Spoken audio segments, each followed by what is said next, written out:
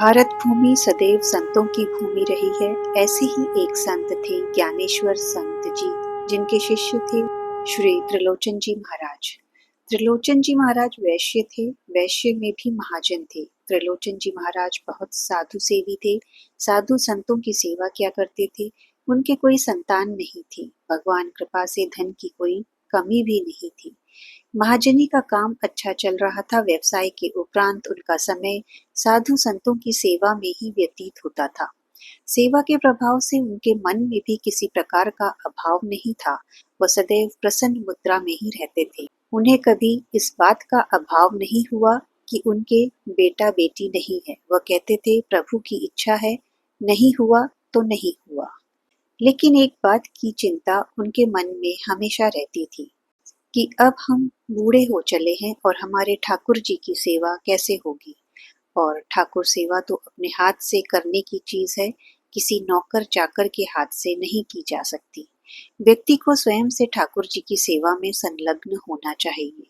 अभी तक त्रिलोचन महाराज जी अपनी पत्नी के साथ ठाकुर जी की सेवा किया करते थे, परंतु अब उनका शरीर वृद्ध हो चुका था। वह सोच रहे थे, प्रभु अब कोई सेवक मिल जाता, जैसे साधु संतों की सेवा होती रहती और हमारा भी काम चलता रहता। त्रिलोचन जी महाराज सदैव इसका चिंतन करने लगे कि अब कैसे साधु संतों की सेवा होगी। पंडरीनाथ भगवान पंढरपुर के ठाकुर जी त्रिलोचन जी महाराज की यह दशा सहन नहीं कर पा रहे थे। इसी कारण उन्होंने स्वयं नौकर बनने की सोची और ठाकुर जी स्वयं नौकर बनकर आ गए। अब ठाकुर जी नौकर के स्वरूप में त्रिलोचन जी महाराज के पास पहुंचे।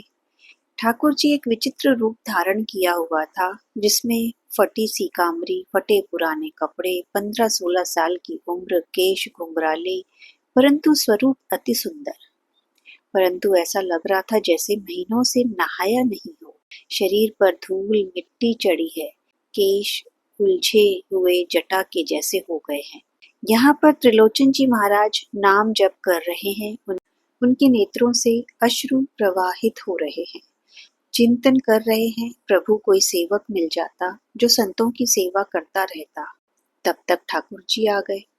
सेठ जी, राम राम। त्रिलोचन जी ने अपने नेत्र खोले, सोचने लगे, बड़ा सुंदर बालक है, लगता है नहाता धोता नहीं है। फटे पुराने कपड़े हैं, पैर में पुरानी सी जूती है। उन्होंने पूछा, बेटा तुम्हारा नाम क्या है? ठाकुर जी बोले, अरे बाबूजी, नाम सुनकर क्या करोगे? तुलसी जी महाराज ने कहा, अरे नाम तो जोड़ी है, नाम बताओ बेटा, नाम क्या है आपका?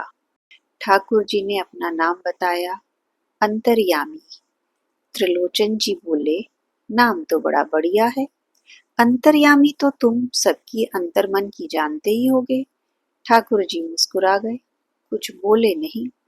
त्रिलोचन जी ने फिर पूछा, आप रहते कहाँ हो?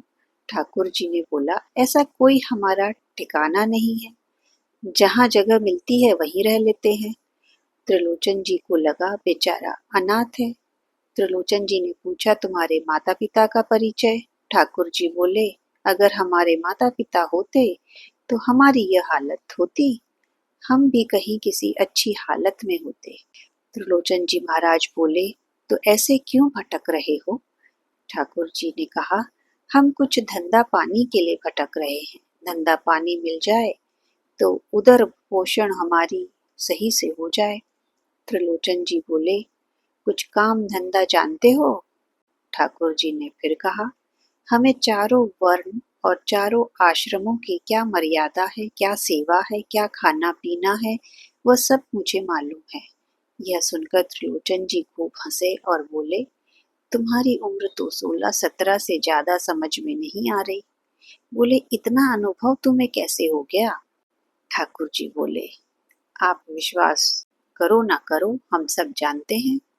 त्रिलोचन जी ने पूछा, साधु सेवा करना आता है? ठाकुर जी बोले, साधु सेवा करते करते मेरा जन्म बीत गया।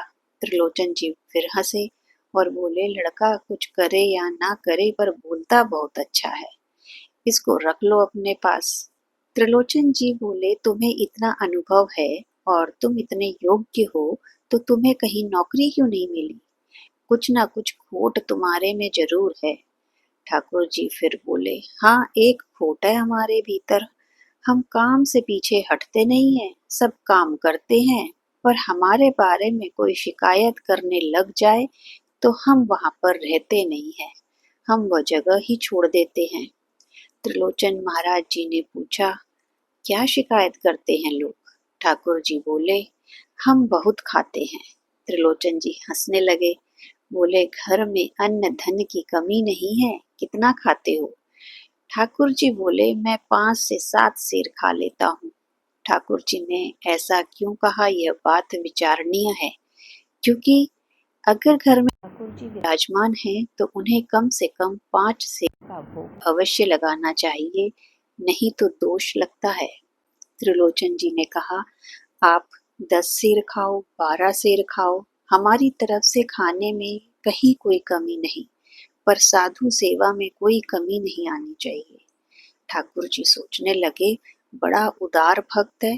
ठाकुर जी ने अपना प्रश्न खड़ा कर लिया और पुनः बोले, हम साधु संतों की सेवा करेंगे, आपके ठाकुर जी की भी सेवा करेंगे, आपकी भी सेवा करेंगे, लेकिन हमको रोटी बनाकर माता जी को खिलाना पड़ेगा। आपकी जो गृहिणी है, भक्तानी है, उनको हमारे लिए खाना बनाकर हमें देना होगा। अभी तक त्रिलोचन जी की गृहिणी ही खाना बनाती थी, तो उन्होंने अपनी गृहिणी से कहा, सेवक तो एक मिल गया है, परंतु इसने एक विचित्र शर्त रखी है, तुम्हें अपने हाथों से खाना बनाकर उसे खिलाना होगा। त्रिलोचन जी की पत्नी बहुत सरल थी, वह बोली, अरे कोई बात नहीं, मैं बना दिया करूंगी उसके लिए खाना। लोग कहते थे तुम्हारा बेटा नहीं, बेटा नहीं, तो मैं इसे अपना बेटा मानकर ही इसे खिलाऊंगी। त्रिलोचन जी बोले, परंतु एक बात का सदैव स्मरण रखना, अगर यह कह दिया कि यह पेटू है, बड़ा खाता है, तो यह यहाँ से चला जाएगा। त्रिलोचन जी की पत्नी बोली, हम क्यों कहेंगे यह बात? त्रिलोचन जी महाराज की यहाँ पर ठाकुर जी ने 13 महीने सेवा की, नौकर बनकर।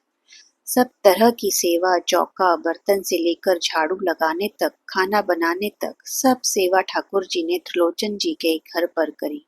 इतना ही नहीं, ठाकुर जी कभी कभी त्रिलोचन महाराज जी की भी मालिश कर दिया करते थे, उनके कपड़े धो दिया करते थे, उनको चकाचक रखते थे।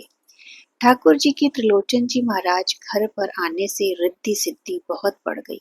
साधु संत भी वहां बड़ी संख्या में आने लगे।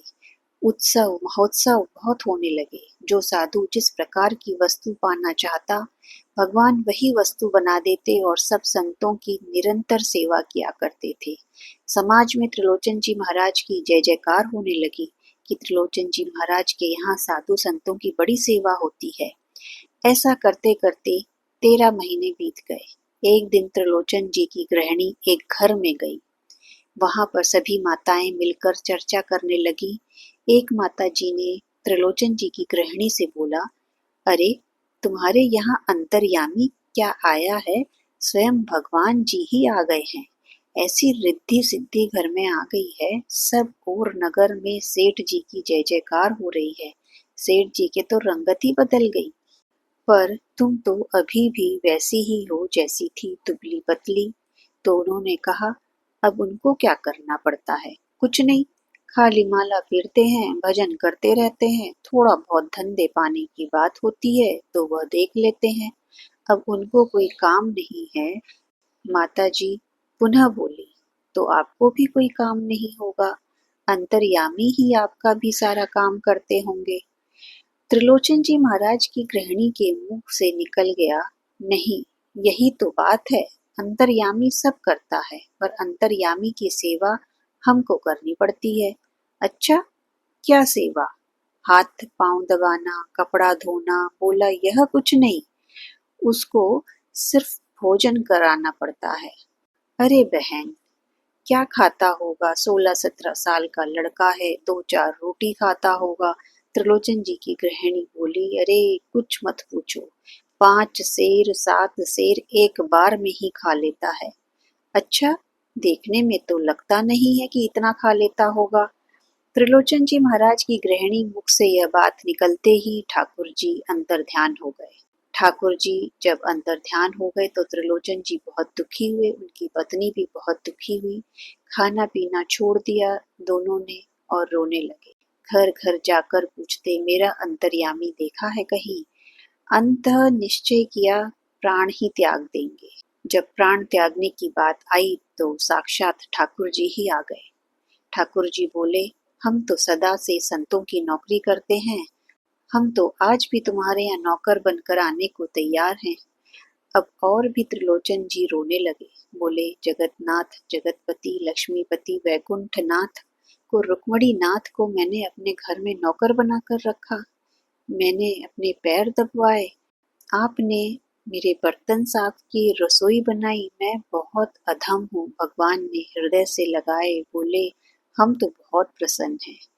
भक्तमाल की कथा में नाभाजी ने त्रिलोचन जी महाराज को चंद्रमा कहा है, भक्ति जगत का चंद्रमा। सिखों के जो पवित्र गुरु ग्रंथ साहिब है, उसमें भी त्रिलोचन जी महाराज के पद सम्मिलित किए गए हैं।